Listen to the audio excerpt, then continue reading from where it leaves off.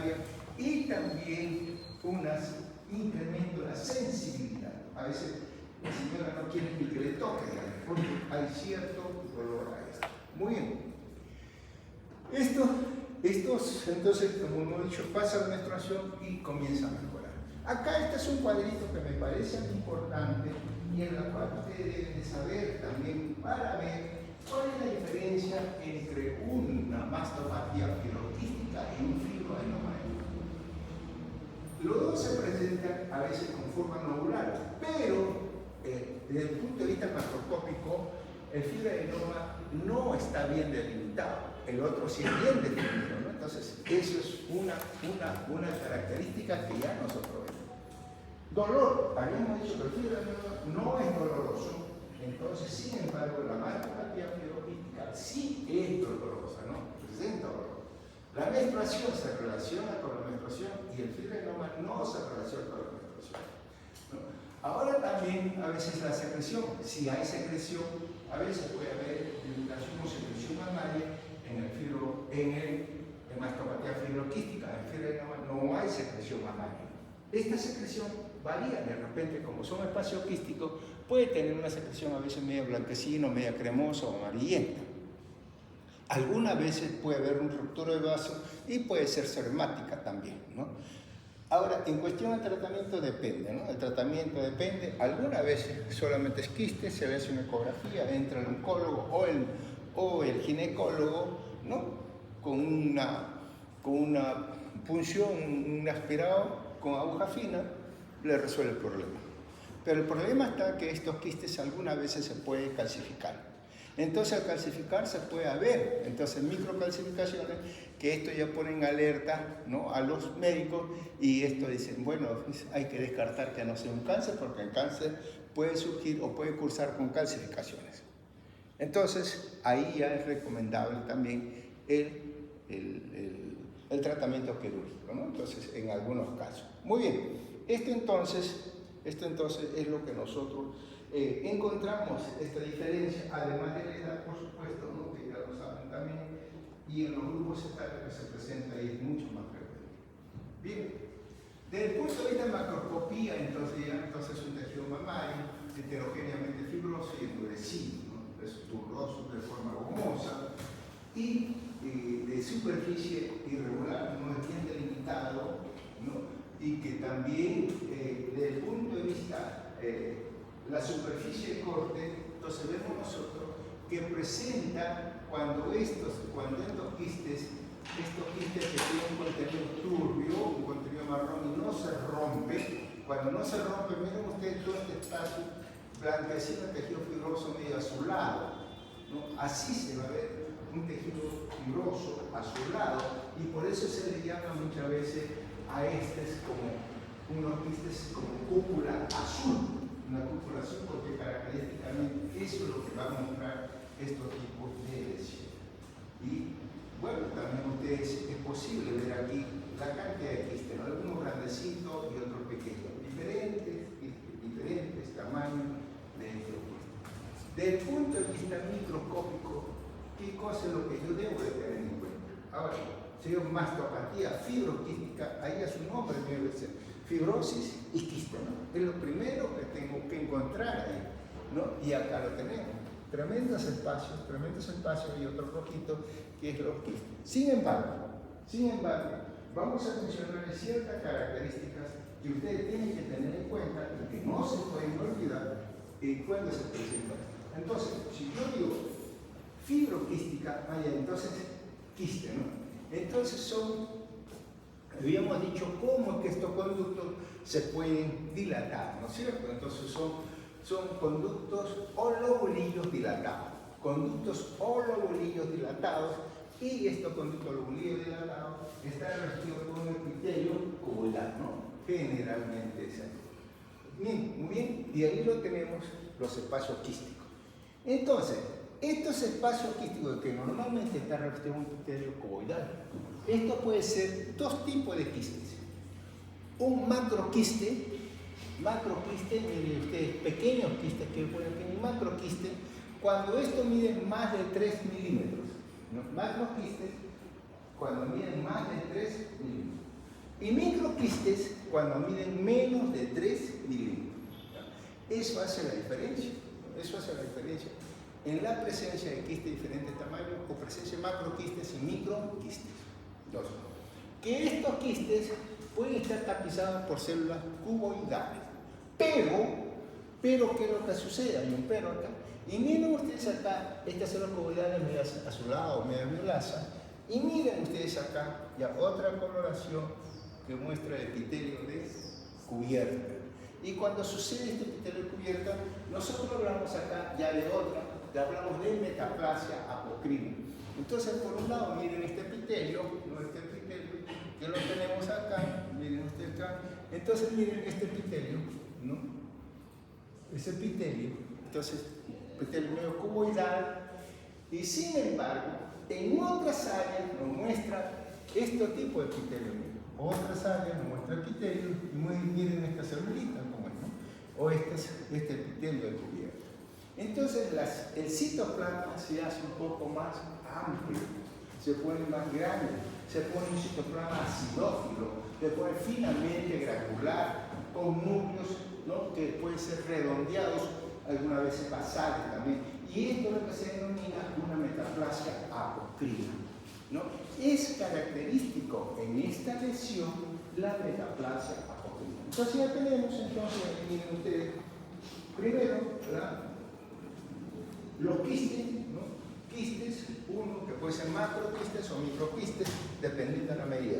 Dos, que estos quistes pueden presentar entonces, que pueden presentar metaplasia apocrina, ¿no? Metaplasia apocrina, ¿no? Entonces, eso es otra característica también. Bien, tres, ¿qué cosa es lo que podemos presentar? Otra característica. Ahora ya vamos entonces, ¿por qué? Vamos a ir entonces con la, vamos a ver, adenosis. La adenosis. Entonces, todos estos lobulillos, puede haber una proliferación de los lobulillos, o sea, los lobulillos comienzan a incrementarse y a desorganizarse. Entonces, puede haber gran número de lobulillos, ¿no? Gran número de lobulillos y se puede incrementar. Y pueden formar, miren, parece un arbolito. Y no tan solo en esa zona, sino también en la parte superior derecha, también vemos ahí. Eso es lo que se llama adenosis, ¿no? Entonces, los adenosis mamarios. Adenosis. Esta es otra característica más que también va a ser frecuente en estos tipos de lesión. Muy bien. Otra característica, y el tejido fibroso, ¿cuándo lo mencionan? Bueno, acá ustedes ya lo están viendo, el tejido componente fibroso, y ahí lo tienen, la fibrosis estromal, ¿no? Y cómo se pone la banda de colágeno, banda de fibra, que algunos se comportan como si fuese también un fibroadenoma pericanalicular en algunos casos, ¿no? Entonces, un incremento o proliferación del tejido fibroso mamario, ¿no? Que rodea a estas estructuras ductales, ¿no? Entonces, tenemos ahí fibrosis. Algunas veces, estos quistes pueden romperse, como le dije, estos quistes pueden romperse algunas veces, y eso puede producir un infiltrado inflamatorio, o sea, puede provocar esos tipos de lesiones. Entonces, ya no dice otra vez también, a veces se habla que también puede haber crecimiento papilómico, no papiloma intradental, que también puede haber. Eso ya seguramente también se lo van a decir por teoría. Miren ustedes acá, entonces es un panorámico amplio, ¿no? Donde ya tenemos todas las lesiones que hemos visto. Entonces, imaginen ustedes, ¿no? Acá tenemos un grande quiste, ¿no? Quistes, y acá si ustedes ven acá hacia arriba, a la derecha, esos dos quistes que están pegaditos, entonces también, tenemos acá un metaplasia apocrina, la fibrosis, ¿no? Y aquí un intento de una proliferación de los globulillos como si fuese acá una adenosis, ¿no? Quiste, metaplasia apocrina, fibrosis, adenosis, componente inflamatorio. Están todas las características ahí, por lo menos de lo que se le ha mencionado en esta sesión. Muy bien. En nuestro campo hacia arriba, ya viendo para ver más clara, esos componentes metaplásicos apocrinos, ¿no? Y hacia el otro lado, pegado hacia arriba y a la derecha también la estructura quística, que también por un lado muestra células, ¿no? Casi en su totalidad células cuboidales, ¿no? Y estas son células metaplásicas que van a dar. El estroma, ¿no? Con gran proliferación de tejido conectivo, tejido fibroso, entremezclado con colágeno, que va a dar todo ese aspecto de ductales o rodeando a todos esos espacios ductales. Vamos a ver. Se comporta como un fibroadenoma pericanalicular, ¿no? Bien, a mayor aumento lo mismo. Hasta ahí entonces ya tenemos casi todo descrito. ¿Alguna pregunta con relación a mastopatía fibroquística? ¿Ninguna? Ok, entonces pasaremos a otra lámina que corresponde al cáncer de mama. Bien, hablar de cáncer de mama, bueno, no es tan fácil, no es tan sencillo, no es tan complejo por la variedad de cuadros histológicos que pueda presentarse, ¿no? Entonces, pero sí el cáncer de mama muchas veces se clasifica. Ahora nos toca hablar a nosotros del carcinoma ductal infiltrante, ¿no? Carcinoma ductal infiltrante, eso es lo que nos toca hablar en esta patología o en esta lámina, ¿no? En la cual nos han enviado para su presentación. Sin embargo, ustedes tienen que saber, ¿no? Este cáncer, ¿no? Cáncer, aquí bueno es un conducto ductal, tiene su capa basal, ¿no? Por dentro de esta capa basal tienen las células mioepiteliales o las células basales, y tienen el epitelio también, tienen epitelio y tienen la luz de las células. Entonces todo eso está constituido este tipo de células. Se dice que ese cáncer de mama puede originarse en principio por una proliferación de las células epiteliales. Ahí se va a comenzar. Por otro lado, esto generalmente un cáncer de mama se puede dar a nivel lobulillar, a nivel del ducto lobulillar o a nivel del conducto lobulillar propiamente dicho. Entonces, ahora, cuando se da en el lobulillar, puede ser un tipo de cáncer y es un carcinoma de mama de tipo lobulillar. Cuando se da en el ducto, ¿no? en el lobulillo o ducto lobulillar, ¿no? Puede que haya un patrón lobulillar y uno ductal, pero igual se llama así. Ahora, esto de ahí comienza a una hiperplasia, comienza con una hiperplasia del epitelio. Ahí comienza.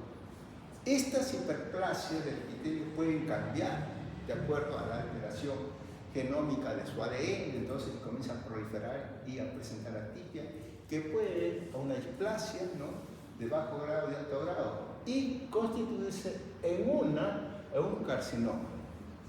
Pero este carcinoma, mientras no rompa la capa basal, va a ser un carcinoma in situ. Por lo tanto, si es lobulillar, carcinoma lobulillar in situ. Si es ductal, carcinoma ductal in situ, ¿no?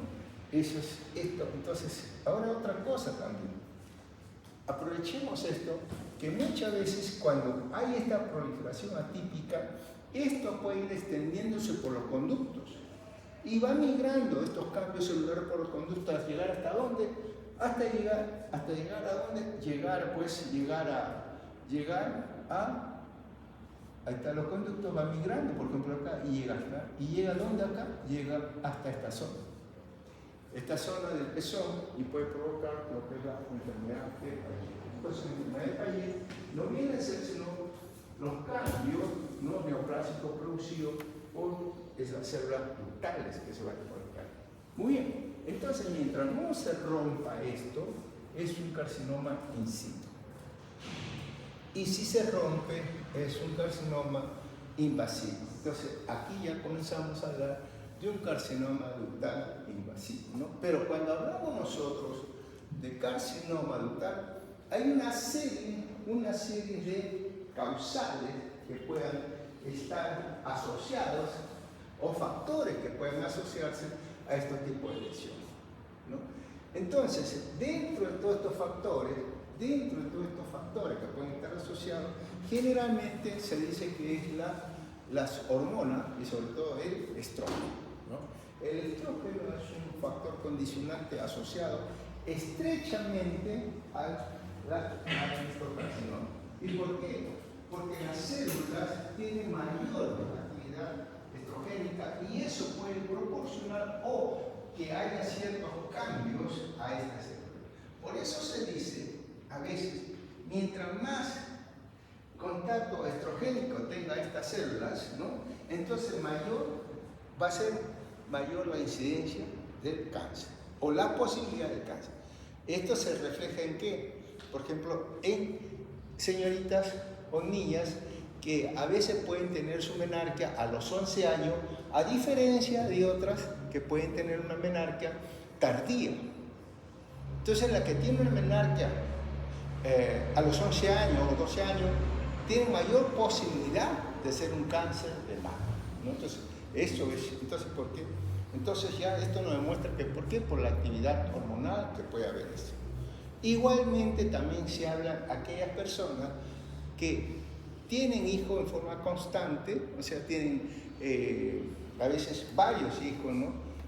Otras que son nulíparas.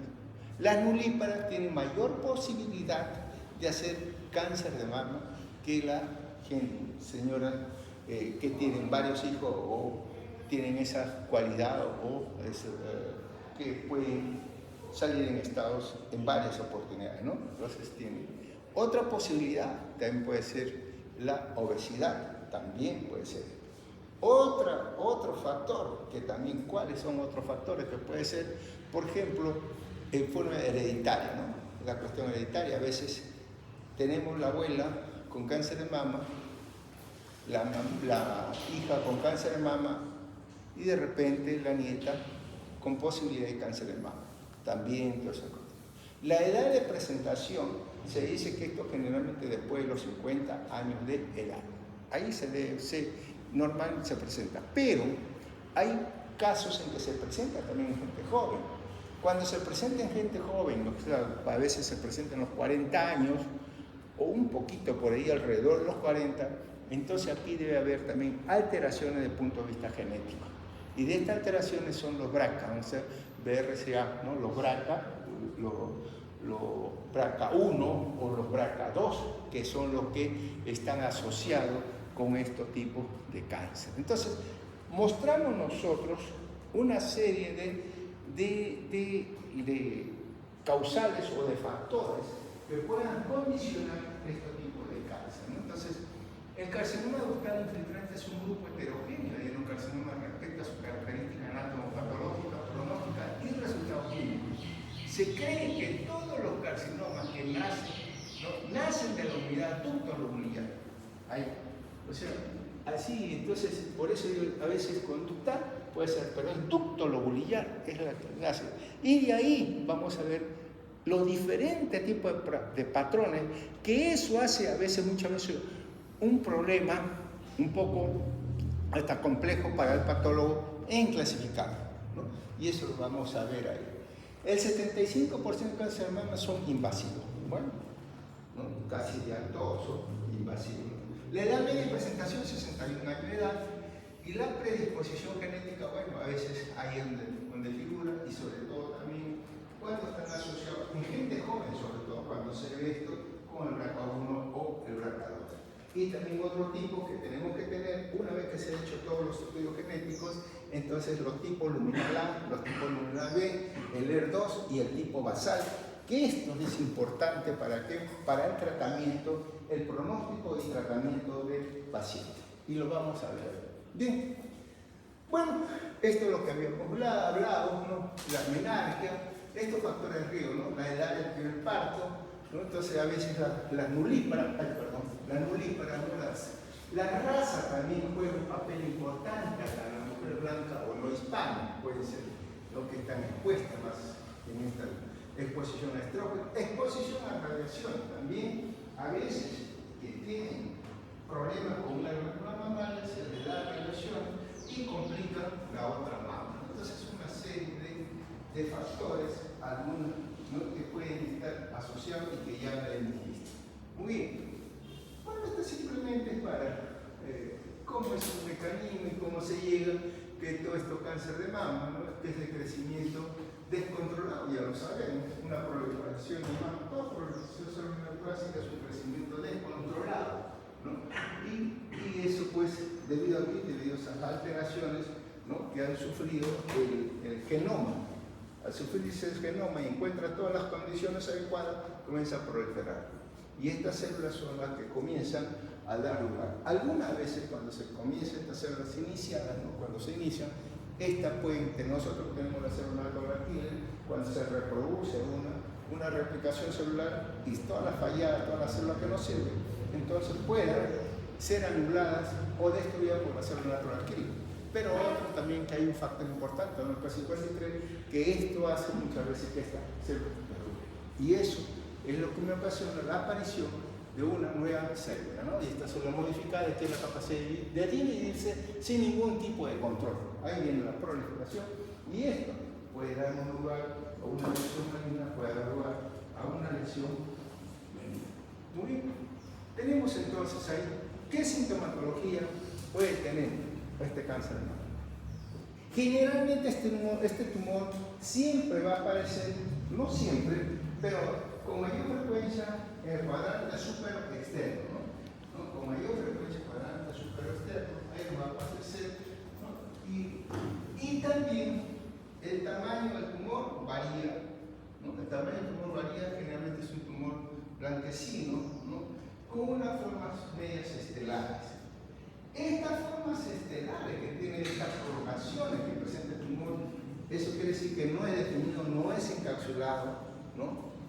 Y que esto puede adherirse, estas lesiones, estas prolongaciones se puede adherir al tejido adiposo. Al adherir al tejido adiposo, si está muy cerca de la piel, se adhiere y comienza a retraer. Al retraer, al unirse al tejido adiposo, entonces la piel se retrae y va a formar lo que nosotros conocemos como una piel en estas áreas de piel de naranja, ¿no? Ahí también la puesto como piel de limón, eso puede ser. Otra vez puede estar también localizada a nivel de la línea media por debajo del pezón, ¿no? Entonces esto de ahí también puede adherirse a esto, entonces hace que haya una retracción del pezón. Entonces ya tenemos. Otra vez, esta lesión puede incrementarse en tamaño y puede provocar ya lesiones, ¿no?, a nivel del subcutáneo y pueda entonces provocar zona de necrosis, ¿no?, por un isquemia, zona de necrosis, zona de hemorragia. Entonces tenemos los bordes elevados, la zona ulcerada, bordes elevados y zona de hemorragia y necrosis. Es lo que se puede presentar ahí. Desde el punto de vista clínico, entonces van a ver que es una lesión dura, no encapsulada, ¿no?, y adherida a la pared mamaria. Eso es clásico, de tamaño varía, ¿no? Bien, ahí entonces también lo tenemos ya descrito también, ¿no?, cómo es que se va a encontrar. Es evidente que un contorno estrellado está irregular, esto es en la superficie de corte, la masa suele estar mal circunscrita y se contrae a partir del tejido circundante, ¿no? Y eso lo que ocasiona, pues, al contraerse esto que va a ocasionar la piel de naranja, y si está por debajo del pezón, que va a ocasionar la retracción del pezón y alveolo. A veces también es firme la palpación y puede tener macroscópicamente, entonces puede ser un tumor blanquecino, ¿no?, o blanco grisáceo, con una superficie granular, a veces le llaman una superficie media arenosa, ¿no? Dependiendo del tamaño del tumor, esto puede presentar zona de necrosis, zona de hemorragia o algunas veces también degeneración quística. ¿Bien? Y esto es lo que vamos a ver acá. Tienen diferentes tipos de presentación. Miren ustedes lo característico que hay hacia abajo, hacia su izquierda. La retracción del pezón y también la formación de piel en naranja característico, ¿no? Eso es simplemente una herencia de este tumor. En la parte de arriba a la izquierda también vemos ahí cuando este tumor ya crece de forma descontrolada, que puede provocar cierto tipo de alteración a nivel de la piel, ¿no? En la superficie con necrosis, ¿no? Hemorragia, una úlcera de borde elevado, con un fondo necrótico y hemorrágico. La superficie de corte, miren ustedes si ven hacia abajo esta superficie de corte, cómo se ve esta formación de medias estelares, por eso se llama cangrejito, un cangrejo. Estas formaciones estelares y estas formaciones estelares que están bien adheridas al tejido adiposo hace que se retraiga y no dé esta característica, ya sea puede ser en esa formación de piel de naranja o de repente está debajo del pezón una retracción del pezón.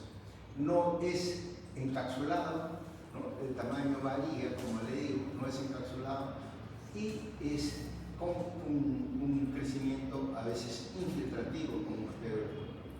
Muy bien. Desde el punto de vista ahora tenemos ahí, ¿qué cosa es lo que podemos ver? Bueno, la biopsia, ya la biopsia, antes se estilaba hacer biopsia con agua fina, ya no se estila eso, ¿no? Ahora lo que más se utiliza es la biopsia Trocut con aguja gruesa, pero mediante un estudio ecográfico, ¿no? O eco-dirigido, uno va de frente a la lesión y ya comienza a hacer esos tipos de lesiones. Pues esto nos permite, ¿qué cosa?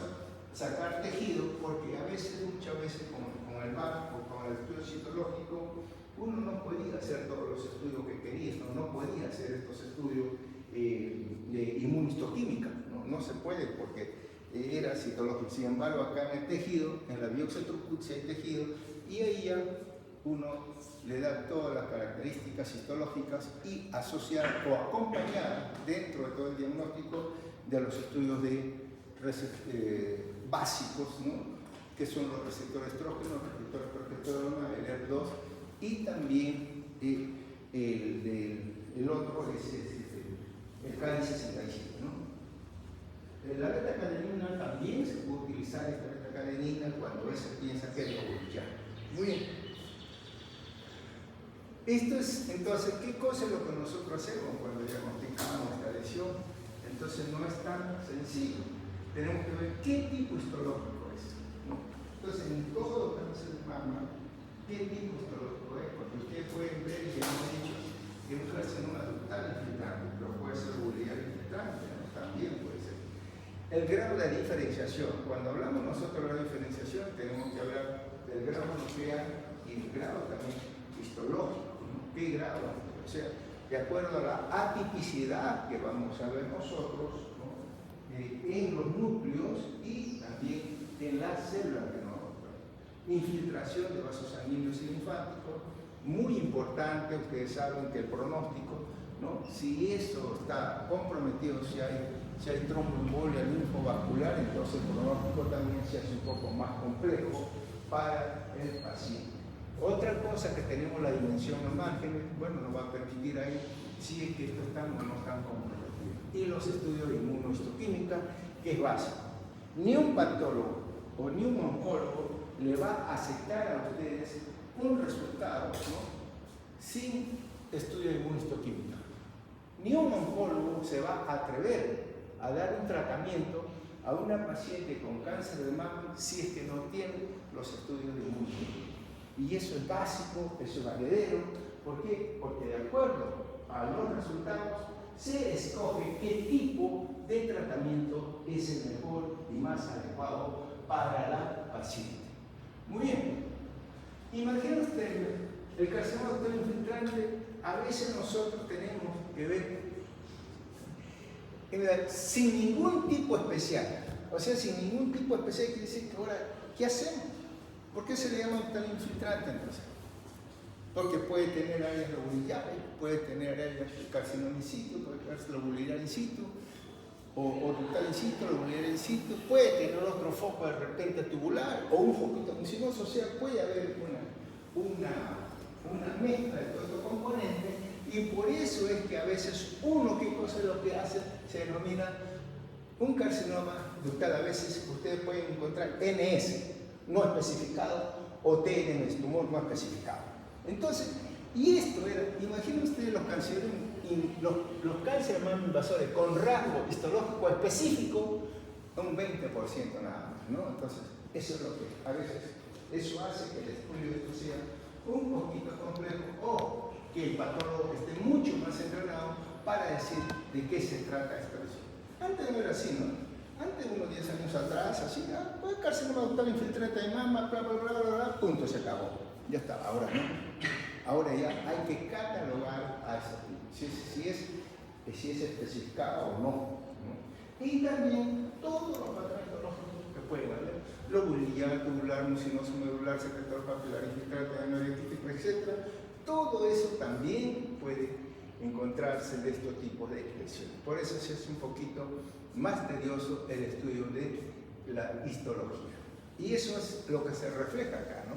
Ustedes miren acá, bueno, carcinoma ductal infiltrante. Lo que estamos viendo acá en la lámina corresponde solamente a las imágenes que nos han brindado a nosotros, pero no hemos nosotros, ¿no?, revisado en su lámina, en su totalidad. Si ustedes hubiesen dado el examen en microscopio, la cosa sería distinta, porque ahí sí hay focos, ¿no?, de ductal in situ, o foco lobular, o foco lobular in situ, etc. Entonces ya eso se cambia, ¿no? Pero acá, miren ustedes, toda esta zona hacia este lado, ¿no?, todo esto es la mama que no está comprometida.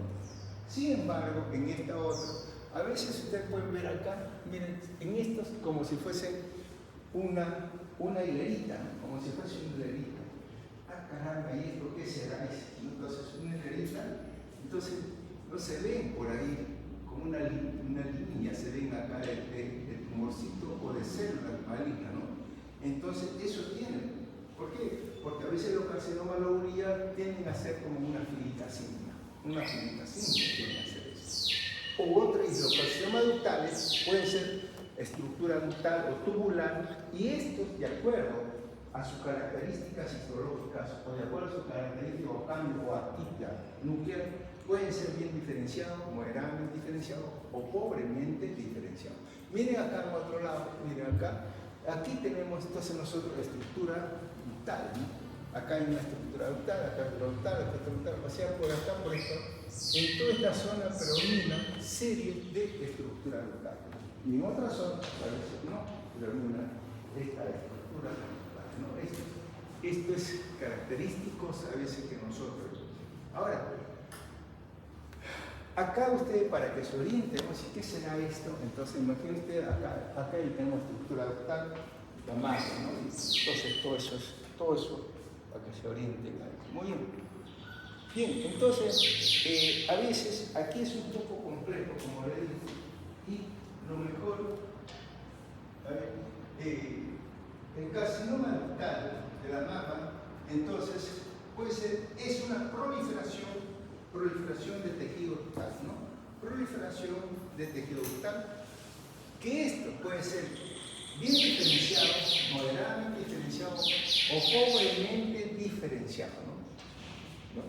Estando esta en relación al grado de tipicidad nuclear o también la tipicidad celular. Punto. El resto es más que suficiente, ¿no? Porque a veces cada uno tiene una característica. Cada uno tiene una característica. Por eso yo aquí le doy el contexto general de lo que ustedes deberían poner nada, ¿no? Entonces, una proliferación de células ductales infiltrantes, que puede ser bien diferenciado, moderadamente diferenciado o pobremente diferenciado, y que esto está en relación a la atipia nuclear o citológica, ¿no? Entonces, ahí. ¿Y por qué le digo esto? Porque nosotros valoramos, cuando nosotros hacemos el estudio, no es que nosotros hagamos, valoramos la característica, porque valoramos el grado nuclear, Y el grado nuclear puede ser grado nuclear 1, grado nuclear 2 o grado nuclear 3. O de repente grado nuclear 1, grado nuclear intermedio o grado nuclear avanzado, ¿no? Valoramos también la citología. La citología, respecto a la citología es un grado 2, pero el grado nuclear es un grado 3. En este caso, por ejemplo, ¿no? Por la hipercromacia, el pleomorfismo, la permeabilización núcleo-citoplasma, la mitosis, etc. Valoramos toda esa cuestión. Y así es, en todas estas lesiones es así. Por eso yo lo digo en el contexto general, que cosa lo pretende poner, y con eso basta. Ahora, cuando nosotros hacemos esto, les dije en un inicio que ni un resultado puede ir libre, puede ir así nomás, ¿no? Como un carcinoma ductal infiltrante. A veces, cuando ustedes le han hecho ya los estudios en inmunohistoquímica, de repente ponen receptores de estrógeno positivo, receptores de progesterona positivo, R2 negativo, KI67, por decir, un 15%. Entonces, todo eso, todos esos datos entran a tallar ya cuando usted le ha hecho este otro tipo metabólico, este otro tipo de examen. Y esto es, por ejemplo, ahí ya se cataloga cuando es un luminal A o es un luminal B. Luminal A, que puede ser grado 1, grado 2, y de acuerdo. Acá miren ustedes el patrón tubular bien formado con neocriformes o papilas. Es una formación tubular que hasta ahí nosotros es bien diferenciado. Y en los estudios de inmunohistoquímica generalmente salen receptores estrógeno positivo, receptores de progesterona positiva, R2 o R2 negativo y KI67 bajo. Entonces KI67, ya muy bien, esto es entonces un luminal A. Cuando hablamos de luminal B también, entonces aquí puede ser moderadamente o pobremente diferenciado de acuerdo a los grados. Grado nuclear de repente 2, ¿no? Grado histológico 3, o grado nuclear 1, grado histológico 2, ¿no? ¿Y qué es lo que pasa? Uno de los estudios de estrógeno o progesterona puede salir negativo, uno de los estudios.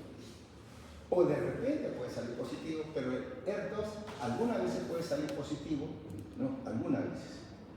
Entonces cuando entra esto a traer, ya es un luminal B. Y la otra cosa es el tipo basal. Esta es otra cosa, tipo basal. Ahí ya encuentra mayor atipicidad y de repente podría ser de que el estrógeno sea negativo, la progesterona sea negativo, el R2 sea negativo y el KI67 sea positivo, 90% KI67. Entonces, eso ya me demuestra que este es un triple negativo. El tratamiento de esto completamente varía.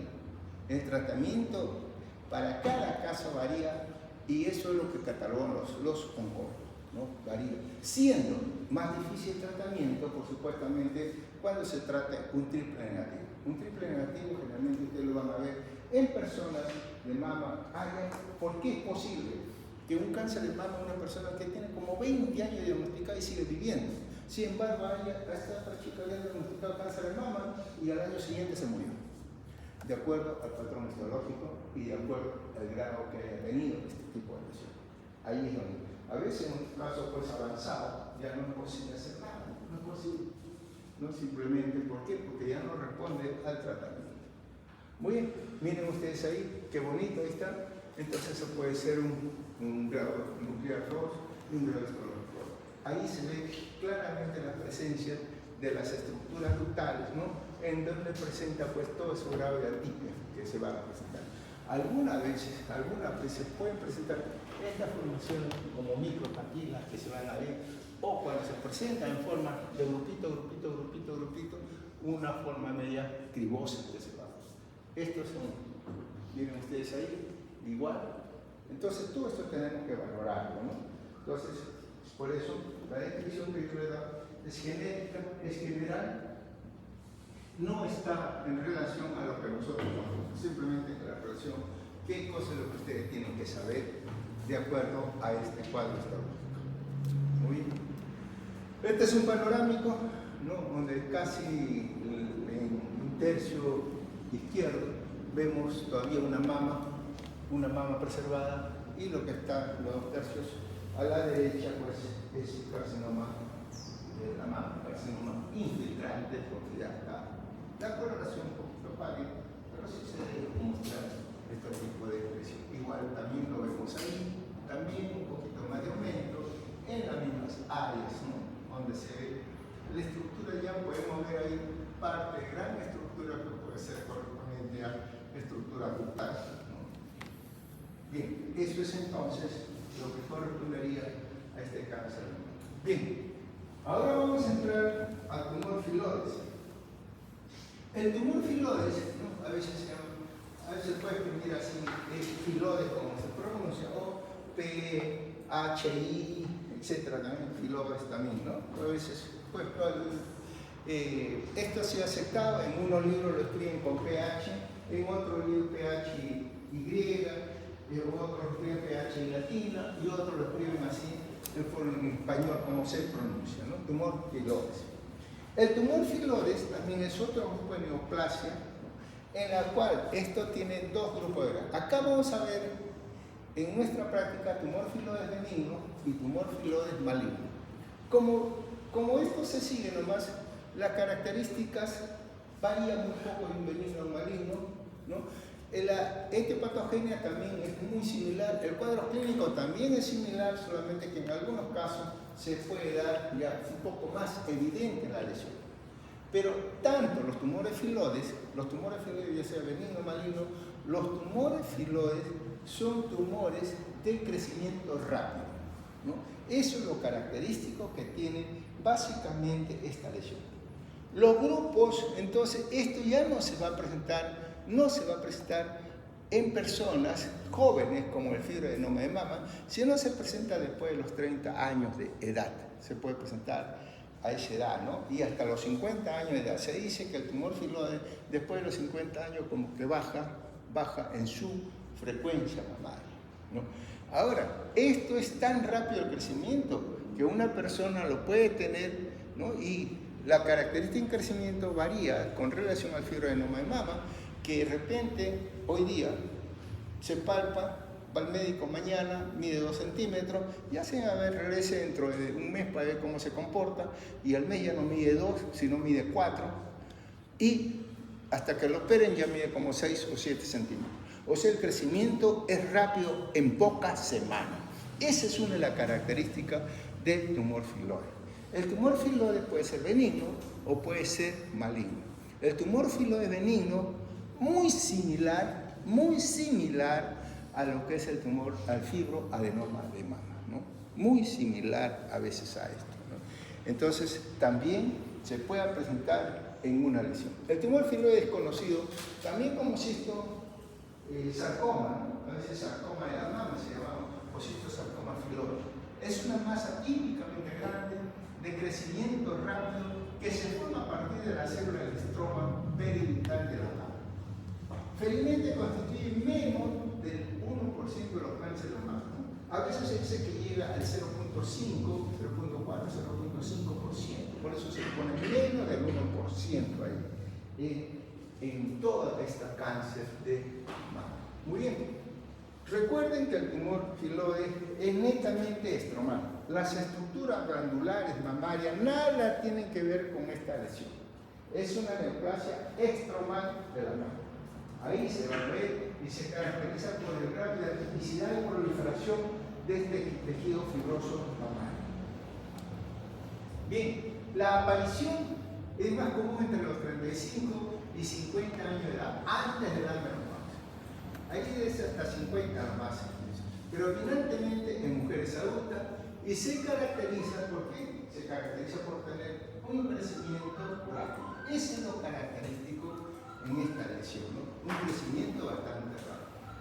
¿Cómo se manifiesta? Vamos a hablar ahora de esta manifestación de este tumor filoide benigno, pero también puede ser que nosotros tengamos un tumor de 5 centímetros y nos aparezca, y de repente, ¿qué puede ser? Que puede corresponder a un tumor filoide maligno, ¿no? Entonces, eso es un poco controversial, por eso es que hemos tratado que la característica del benigno, agruparlas, y luego, cuando nos toque ver la característica maligna, ver estas características, ¿no? En ese caso. Miren ustedes ahí el tamaño de la mama, ¿no? Tamaño de mama bastante grande de la mama.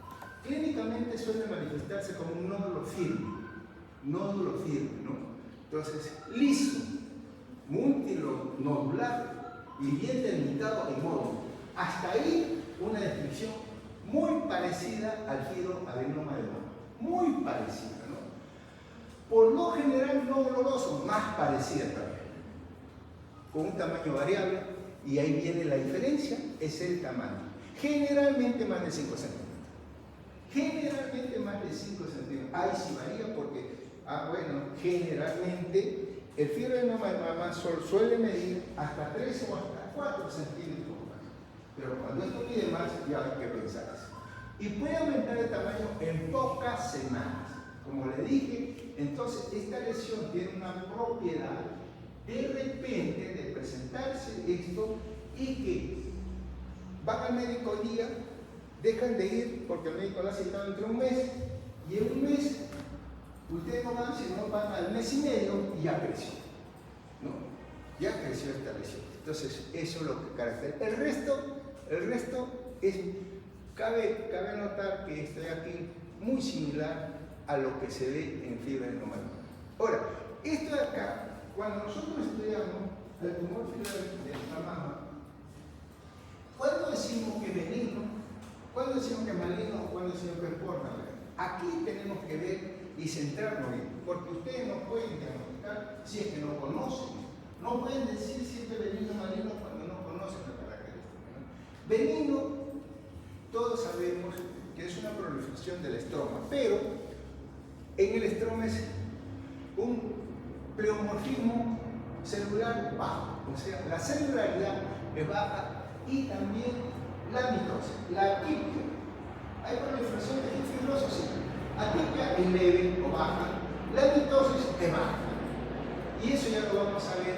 ¿Qué número de mitosis? Porque acá se dice menos de 5 mitosis por campo de aumento. Ya cuando veo menos de 5 mitosis, y generalmente se presenta entre el 60 y 75% de casos. A diferencia del maligno entonces hay un marcado pleomorfismo celular, hay una hipercelularidad con marcado pleomorfismo. El margen está infiltrando, o sea, la cápsula, todo el margen está completamente infiltrado, y el estroma está hipercelular marcadamente, ¿no? Hay mitosis abundante, ¿no? Más de 10 mitosis por campo de gran aumento, entonces eso es mitosis. Y esto felizmente se presenta solamente entre el 10 y 15%. Y el borderline que queda, pues ya hay la zona intermedia, donde hay pleomorfismo nuclear, sí, donde hay mitosis, también hay mitosis, pero aquí hay que controlarla o contar esta mitosis de repente en muchos campos para ver y catalogar, ver los bordes si es que están invadidos o no están invadidos, ¿no? Entonces, esto ya, y ver las características o la tipicidad nuclear que puede presentar.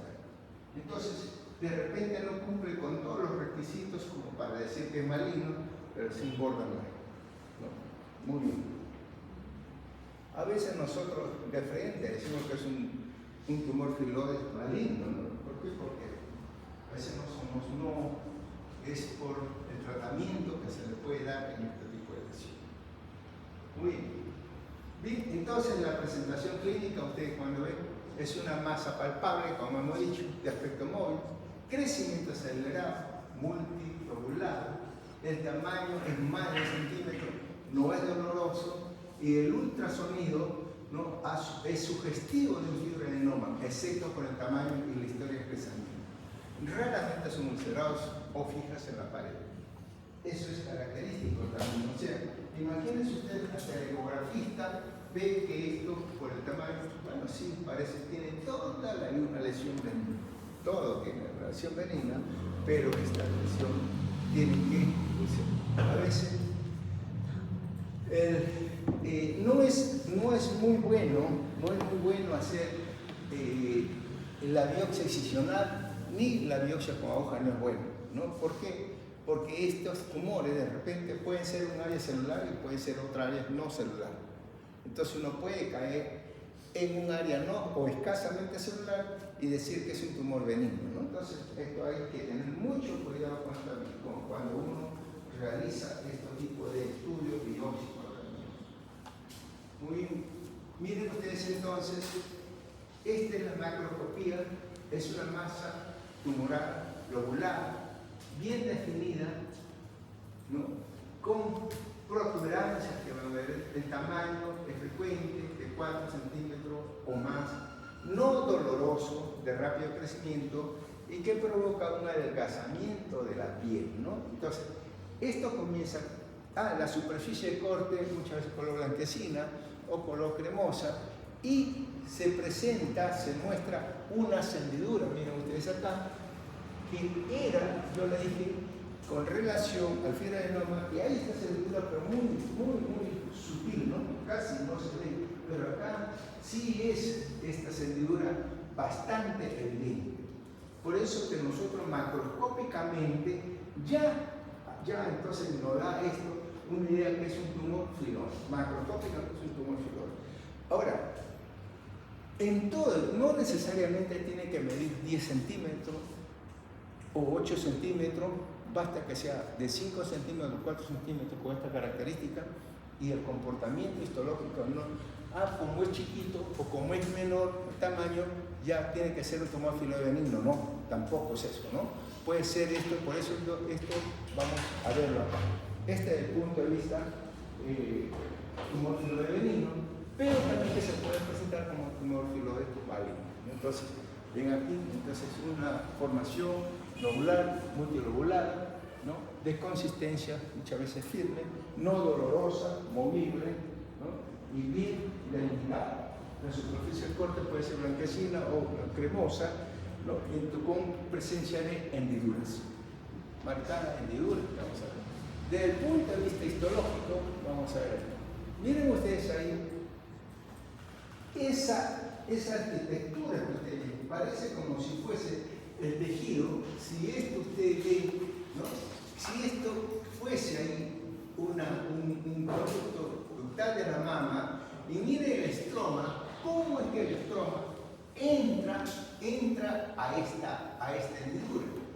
Y cómo es que este estroma, al entrar, miren acá cómo se va a formar, cómo se forman estas epitelios que dan un aspecto de una hojita. Ahora, por eso se le llama esto que es un patrón de crecimiento intracanalicular, ¿no? Es un patrón de crecimiento intracanalicular y que las células estromales empujan y distorsionan el epitelio y generando unos espacios de hendidura, ¿no? Unos espacios de hendidura similares a hendidura a un tejido foliáceo o similares a una hoja. Por eso de ahí el nombre de tumor filógeno. El patrón de crecimiento es pericanalicular, ¿no? Ahora, esto es lo que vamos a ver. Entonces, crecimiento intracanalicular con formación de hendiduras, ¿no? Y le da un aspecto foliáceo o un aspecto de hoja. Otra característica, ¿qué vamos a ver acá en otra característica? La celularidad. Este es un estroma celular. Entonces, la celularidad, miren ustedes esta celularidad, donde hay la celularidad en relación al fibroadenoma es mayor. Es mayor. ¿Ya? La celularidad entonces es leve, ¿no? Hay celularidad sí, pero la atipia celular es leve y la mitosis son escasas. Entonces, esa es otra característica que esto me hace que un tejido tumor filoide benigno, ¿no? Escasa celularidad o leve celularidad, atipia leve también. Y la mitosis, como digo, las mitosis son escasas, ¿no? Entonces tenemos diagnóstico hasta ahí benigno. ¿Qué otra característica podemos ver? Miren ustedes acá esta otra. Y aquí es el problema. Aquí es el problema porque de repente esta zona, miren, muy parecido a un fibroadenoma de la mama. Muy parecido. Eso es que a veces uno, cuando comienza a ver estas láminas, hay que tener mucho cuidado y el patólogo tiene un poquito de experiencia. ¿Por qué? Porque de repente estamos revisando esta lámina y vemos una zona poco celular. Por eso que le dije también a un inicio, hacer una biopsia o hacer una biopsia incisional, eso puede acarrear un cierto problema, porque las características, podemos caer en una zona poco celular y dar un diagnóstico falso, ¿no? Entonces hay que tener cuidado con esto. Muy bien. Y acá entonces vemos, desde el punto de vista microscópico, ¿qué muestran las secciones? Una proliferación estromal con proyección intracanalicular, como habíamos visto en la primera lámina, y un patrón similar a una hoja, cubierta por epitelio ductal benigno, y con una capa sobre las epiteliales intermedia. La proliferación estromal es de baja celularidad y las células estromales muestran atipia leve. La mitosis estromal y el crecimiento excesivo del estroma no son prominentes, ¿no? Eso es lo que a mí, esta característica, sobre todo, si es que yo cuento menos de 5 mitosis, porque es campo de gran aumento, entonces más estoy corroborando que esto corresponde a un tumor filodes benigno. Eso corresponde. Muy bien. ¿Alguna pregunta hasta ahí? Ok, seguimos aquí. Miren otra vez para ver la estructura glandular. Habíamos visto que en este fenómeno de mama intracanalicular, cómo estos conductos o estas glándulas mamarias le pegaban, y ahí no muestran ningún tipo de alteración. Es más, miren ustedes acá, hay estas capas basales. Estas son las células ductales y estas son las celulitas basales, ¿no? Las células mioepiteliales no sufren ningún tipo de alteraciones. La célula ya, como ven, es escasa. Y más, me parece, si a mí me muestran esta lámina y ustedes me dicen que le parece doctor, bueno, en mama, el flujo de no me mama, a ojos cerrados, ¿no? ¿Por qué? Porque no estoy viendo toda la lámina en su totalidad, simplemente estoy viendo esta parte. Por eso la importancia que tiene, y por eso que muchos, cuando ustedes lean en su literatura, en su libro, van a tener que tener cuidado porque muchas veces hay áreas que esto no da cierta similitud con el fibroadenoma de la mama. Muy bien. Este es un panorámico donde ya nos muestra lo que hemos visto, este crecimiento intracanalicular con formación de un aspecto foliáceo y con escasa celularidad. Este es un panorámico bastante bonito, parece una gotita, ¿no? Lo que está ingresando. Aquí está a mayor aumento del mismo área, entonces también con esa, a pesar de todo eso, la celularidad se ve incrementada mucho más que en un fibroadenoma. Y cuando vemos esto, escasa atipia leve y escasa mitosis, ¿qué es lo que hace que esto pues me permita a mí decir que este es un tumor filoide benigno? Esta es otra muestra, otra vez, para que no se confunda, ¿no? Y para no tener esta rapidez diagnóstica que muchas veces nos equivocamos, ¿no? Por la premura de, por aquí. Vemos que hay una fibroadenoma de mama. Hay casi no veo celularidad, muy escasa celularidad, no hay atipia, no hay nada, ¿no? En relación con las otras láminas que hemos visto anteriormente. Muy bien. ¿Qué es lo que pasa algunas veces? Algunas veces esta lesión puede crecer mucho más también. El crecimiento es rápido.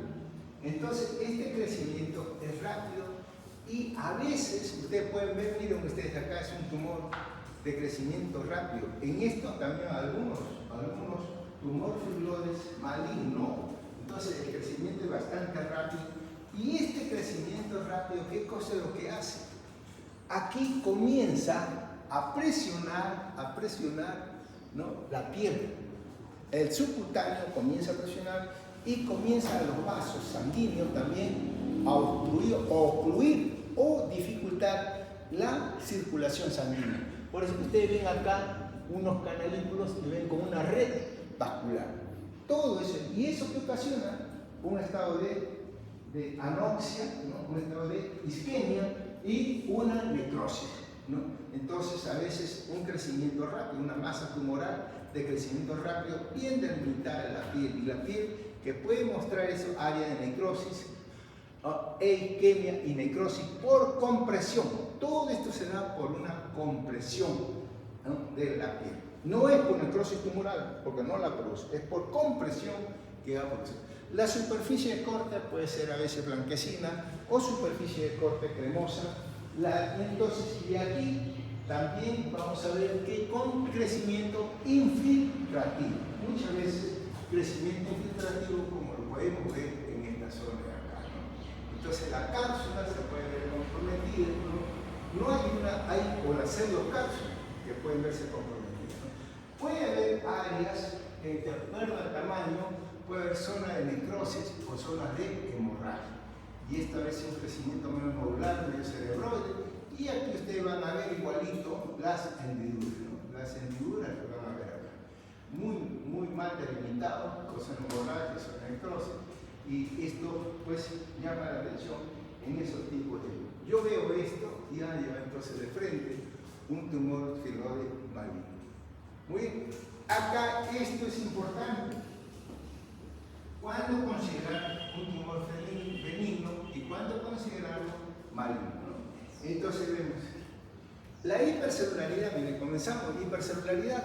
Bueno, en el benigno es bastante leve y en el maligno marcada celularidad.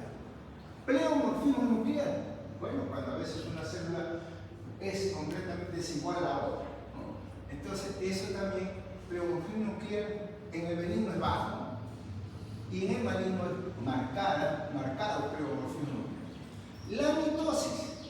La mitosis, que eso es lo más importante también para decir si esto es benigno o maligno.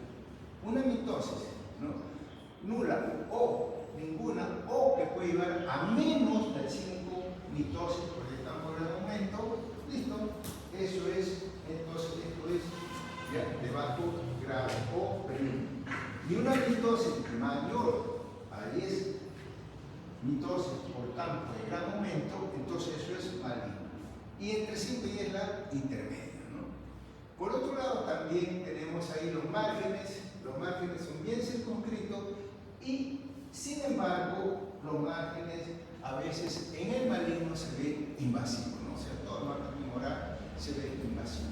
Esto es bastante frecuente que se van a dar. Algunas veces se dice que estos tumores pueden tener cierta afectación ganglionar, ¿no?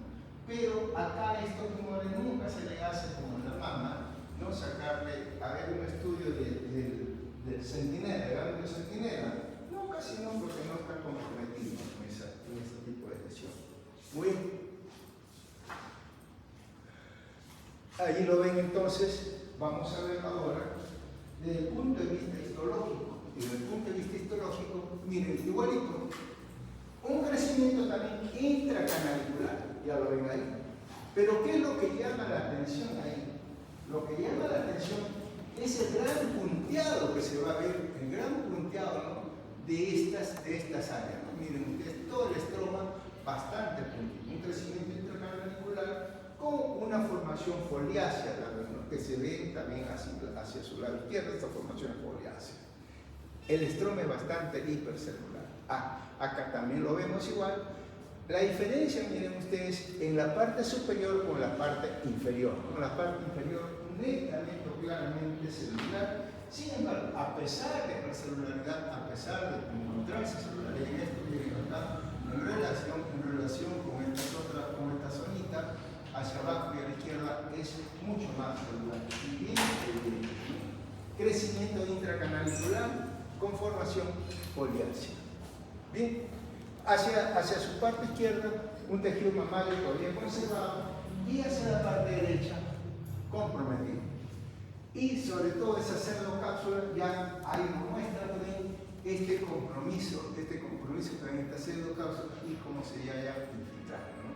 Y la celularidad y las formaciones que se van a ver en esta lesión.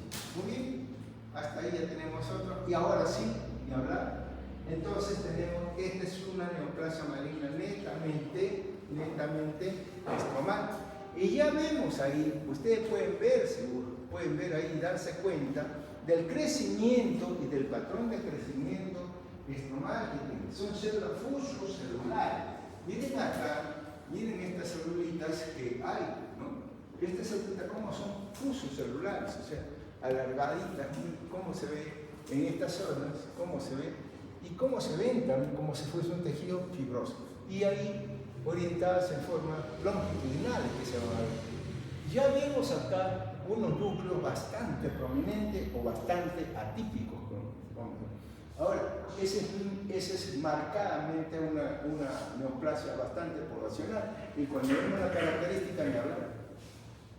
La característica es pleomorfismo nuclear, hiperplasia nuclear, alteración de la cromatina, a veces cromatina media grumosa, mitosis, ¿no? Entonces, y todo esto son características, todas estas son características, todo esto de características sarcomatosas que nosotros vamos a ver en este tipo de estudios, ¿no? Entonces, ahí ya pues tenemos también que es muy posible ver la gran cantidad de mitosis que se puede detectar en este tipo. Y ahí lo vemos mejor todavía, ¿no? Ese pleomorfismo nuclear, vemos acá una mitosis por acá, otra mitosis al otro lado, ¿no? Entonces vemos una cantidad de mitosis, ¿no? Entonces vemos ahí arriba de mitosis y vemos el pleomorfismo nuclear, la característica nuclear, la vapores nucleares característico del sarcoma. Con toda esta y el estroma conserva su estructura normal, ¿no? Entonces todo esto es lo que se denomina un tumor filodes maligno. Muy bien. Bueno, ahí tenemos ya qué es lo que muestra microscópicamente. La sección muestra una proliferación estromal de crecimiento intracanalicular con área y patrón similar a una hoja, o sea, imagen con distorsión imaginable. Y expansión estromal con hipercelularidad y atipia. Se observan figuras mitóticas estromales dispersas. El tumor está en gran parte circunscrito con bordes infiltrativos locales. Se puede observar también cambios hiperplásicos con núcleos agrandados y vesiculares y nucleolos visibles. Todo eso me está describiendo simplemente las características de unas células o de unos núcleos sarcomatosos. Bien, entonces, con esto ya yo creo que vamos a ver aquí en panorámico, de donde vemos casi una foto muy similar a la primera lámina, ¿no?, que hemos observado. Un crecimiento intracanalicular con aspectos polioides y todo lo rojito que se vea, toda la celularidad que se ve ahí en esta lesión, ¿no? Entonces eso nos muestra la hipercelularidad estromal. ¿Bien? Igual, también ahí marcadamente celular en todo el tejido, ¿no? Entonces, y eso pues corresponde pues a esta neoplasia maligna. Ya se puede ver, aquí ustedes lo pueden ver, la dirección como sigue en estas células y la dirección en alguna forma transversal, gran parte como si se dirigiese en forma longitudinal. Bien, hasta ahí se concluye esta lámina o esta sesión y con eso ya quedamos listos para